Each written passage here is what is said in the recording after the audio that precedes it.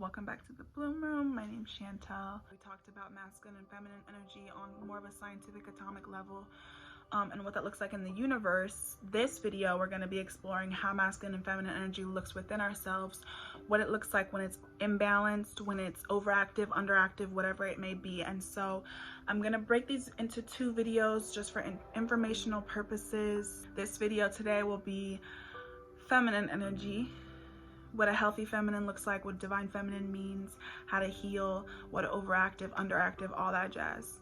Next video will be the masculine energy. So as we already know, one of the universal laws is the law of polarity, and the law of polarity states that, opposites are the reason for the existence of everything in the universe. There is no day without night, there is no inhale without exhale.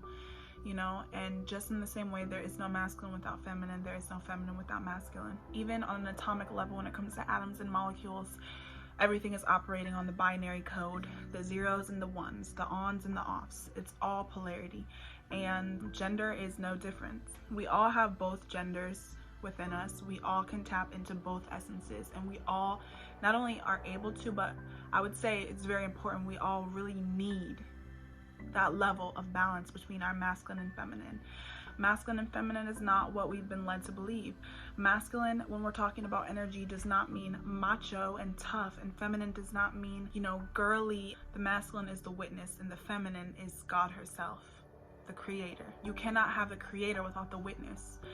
There is an experiment called the double slit experiment that I've talked about before. We need a level and an aspect of an experiencer in order for an experience to be real to us. The masculine is the witness, and the feminine is what is creating. Without the masculine, the feminine has no awareness. Without the feminine, the masculine has direction but no purpose. When we're talking about masculine and feminine being out of balance is meaning that your feminine or your masculine or both are either overactive or underactive. And those can look like a lot of different things, and we'll get into that. But right now I want to start off by going into the feminine energy, the divine feminine, the natural feminine. So feminine energy in essence is receptive. It's passive, not passive aggressive, but passive.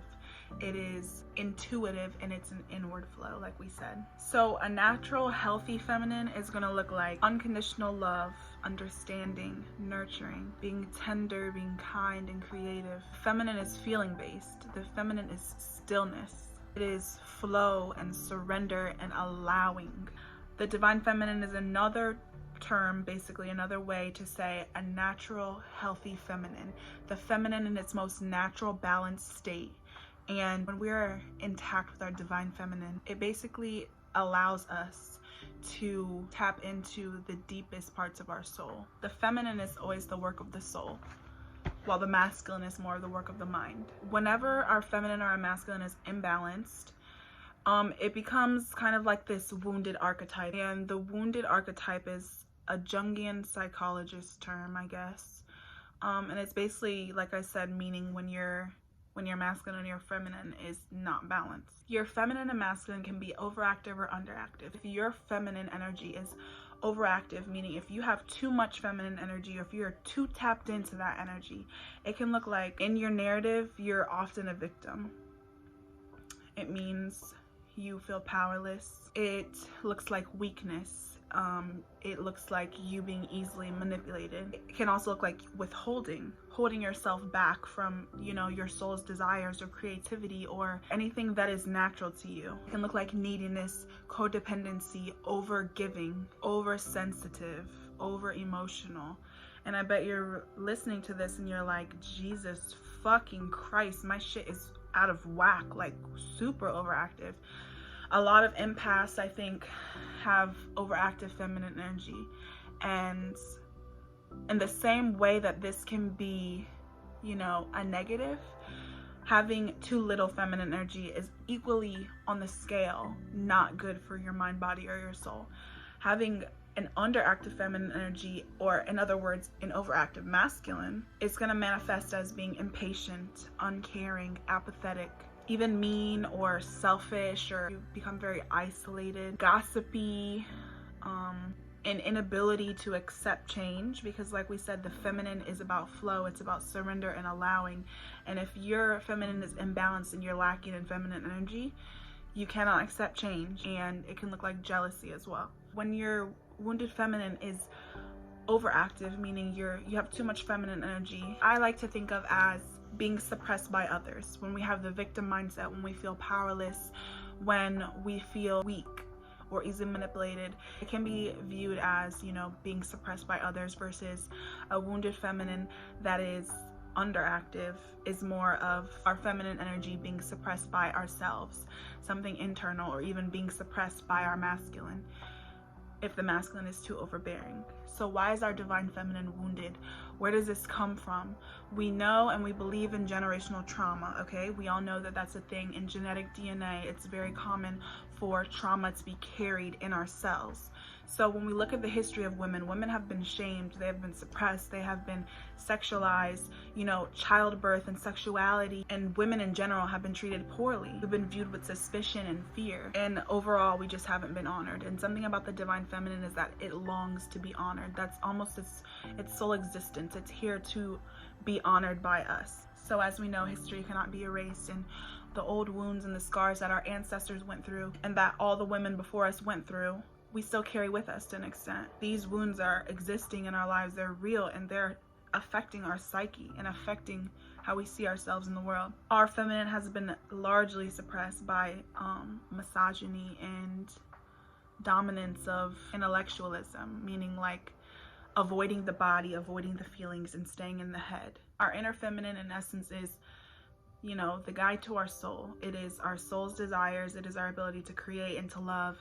And when that's been suppressed on such a large scale level, you know, not even only within ourselves, but in our history, our instinctual nature is suppressed. And then we lose some of the most beautiful abilities that we have to love and to create. When these things are suppressed, they become cast in the shadow. And that's what shadow work is really all about. It's about kind of fetching after lost aspects of ourselves or suppressed aspects of ourselves. Because when an archetype, or when, you know, an energy or thought or belief or activity is cast in the shadow, it's no longer in our conscious mind. It becomes in our subconscious. And in those ways, in the subconscious ways, then is it allowed to grow and fester and create and manifest the things that we don't want. When it comes to healing the inner feminine, we have to understand law of correspondence. Like is like, you know, as within, so without. The same way that our inner feminine is about intuition and like inner soul activities, if we want to heal the feminine, we're going to have to do inner work. We're going to have to do soul work, and it's not going to be easy. It's like a spiritual intuitive process, versus masculine might not be so much. And it's important to remember that healing is not a technique. It's not just, you know, a one and done type thing. It is a process. And so when we're bringing back to balance our feminine energy, it's about taking a look at what's in the shadow and bringing it to light and facing that and transforming it, alchemizing it into the light, literally. What is the light? The light is awareness. So when it comes to healing the feminine, it's about shining a light on your pain. It's about sitting with your pain and listening to your inner feminine stories of abandonment and suffering. It means like to be there for her, to really be there for her. Our wounds, they come from suppressing. So in order to heal, we must do the opposite. What's the opposite of suppressing? Facing, sitting with, being there. And, you know, through this engaging with our wounds, we're able to awaken our inner healer. And the inner healer is very important because nobody can heal us except for ourselves. And so the more that you sit and you listen and you endure the long process of healing, the more open you are and the more awakened your inner healer will become, and the more guided you will become as to what you need to do for healing. So typically the 3-stepper to healing your feminine energy, number 1 is going to be acknowledgement, recognition of what you have faced, you know, acknowledgement of your pain, acknowledgement of how you were hurt and how you sold yourself short and how you didn't feel good enough and how you abandoned yourself. When we don't have enough feminine energy, when our feminine is underactive, it's really hard for us to be vulnerable. But acknowledgement is all about confronting your vulnerability. It's not easy, but it's a part of the healing process. Number 2 is going to be having the humility to realize where you participated, where you allowed yourself to be sold short, where you allowed yourself to, you know, not feel good enough, where you allowed yourself to be hurt and be a victim and feel powerless. And it's to do so in a very logical way, I guess you could say. this has to do with when your feminine is overactive, you know? And so we need an aspect and a degree of our masculine energy to tell us, hey, let's look at things in a logical way. Yes, I allowed this, this, and this, but the thing that you have to pair logic with is compassion. So it's looking at how you participated in your pain and in your wounds, facing it compassionately and logically. Number 3 is going to be apologizing to yourself, you know, to others, whatever it may look like. It's going to be apologizing, and even more majorly is forgiving. Forgiveness for yourself for all that you have allowed, and forgiveness to your inner feminine for letting her down in a way, leaving her, abandoning her. Forgiveness for all the things that kept you locked up and oppressed, because there is something that's trapping you, whether internally or externally. Like when we're dealing with feminine energy especially, there is usually something that is causing you a feeling of like being trapped. So once you identify the cause for whatever's causing you to feel this way, you're then literally identifying the cure instantly. Once you identify the cause, all it takes is awareness. And then the next step obviously would be to rescue yourself from that, to let go of that job, to let go of that relationship, to let go of, you know, the ideas that are making you feel worthless. Really, most importantly, to let go of that narrative of I'm a victim, or I deserve this, or this is just how my life is gonna go. You're worth so much more, and your life is so bright and beautiful, and it's just waiting for you to heal yourself so that you can become available to all that, you know, is meant for you. So once the healing process begins with the feminine energy, it's really important for you to listen and receive. Listening and receiving are both aspects of feminine energy. And so once you start healing, it's important to listen and receive to all that your soul is going to tell you, because after being suppressed for so long, it's going to have a lot to offer, and it may be overwhelming, but that means listening to your dreams and paying attention to them and looking them up, letting yourself cry, letting yourself write, paint, draw. All are things of the feminine. It means listening to your inner child and becoming your own mother in a way for all the ways that you have been abandoned in your life or felt not good enough. It means stepping up to the plate and being there for yourself, because that is your inner healer. And you know, like I said, nobody's going to do it for you. Nobody. You know, I can't say what your healing process is going to look like, but it's different for everyone. And the more that you awaken your inner healer and the more that you listen, the more that your feminine will realize that it's being listened to and being honored and seen, and it'll awaken your intuition. It'll unlock that intuition that's been stuck, and it'll guide you to what you need most for your healing.